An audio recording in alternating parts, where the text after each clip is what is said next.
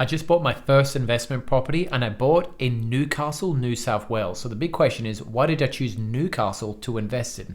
Well, first off, I went through a buyer's agency called Henderson Advocacy. They heavily invest in the Newcastle area, so I trusted their judgment.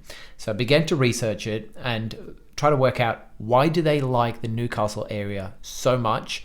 Let's check it out now. So this is all through the Newcastle Metropolitan Plan that goes up to 2036. First strategy is connecting the CBD and waterfront areas with the new light rail that's going in. There's going to be 650 million pumped into the CBD area to bring it all up to a high spec standard. Two, the RAF base in Williamstown is going to be the primary location for storing the new fighter jets. There's already been and going to be about $1 billion pumped into this, and it's going to increase the jobs up to 8,500 jobs in this area. Three is the Newcastle port, over $9 billion being invested. The improvements will mean they'll be able to export a lot more materials, especially coal, and cruise ships and international cruise ships are more heavily going to be coming through the area, which is going to bring in a ton more tourism and money. Four, health services, about 470 million allocated to health. 23 million of that is going into Maitland Hospital. Greater Newcastle is also set to be one of Australia's greatest university cities with the development of the University of Newcastle. It's going to bring tons of more international students into the space, pumping more money into the economy. The factor of the Sydney property market, and let me explain this one.